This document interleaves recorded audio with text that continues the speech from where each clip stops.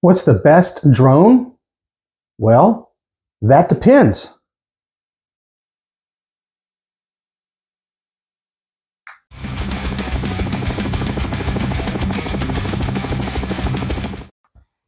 Hi, Scott with Gomeoji Drones again.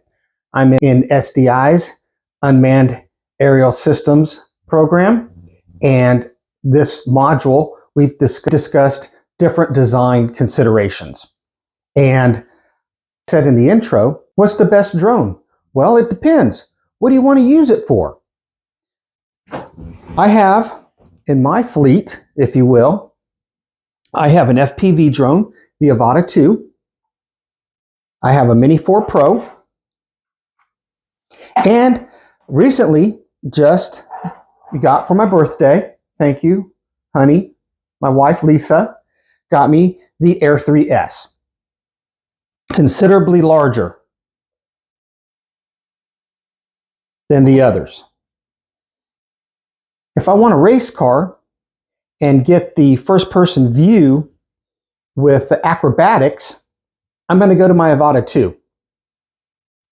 Handles okay in wind. Next, I have my Mini 4 Pro. It's under 250 grams as long as you use the non-extended battery.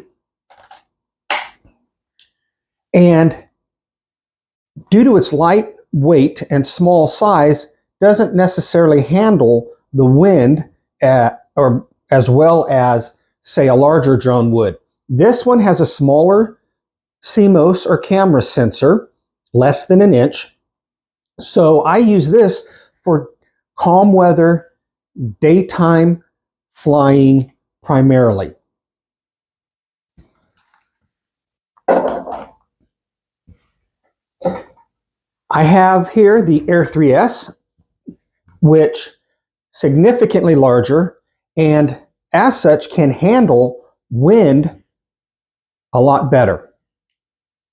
Furthermore, this also has a LiDAR avoidance system built in, along with the other sensors, visual sensors for collision avoidance. This is what I will also fly for nighttime videography or just nighttime flights in general, for the reason that it has the LiDAR collision avoidance capability. So, when it comes to drone design, airframe considerations, each airframe is designed for the main purpose of the aircraft.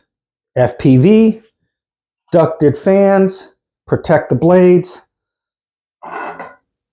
Under 250 grams gives you freedom of regulation to the extent of you only have to take the trust certificate test, registration not required, and this is all for hobby enthusiasts.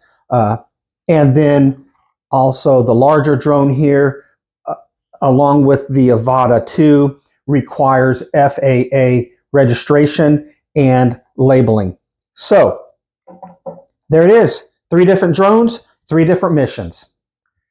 See you in the next one.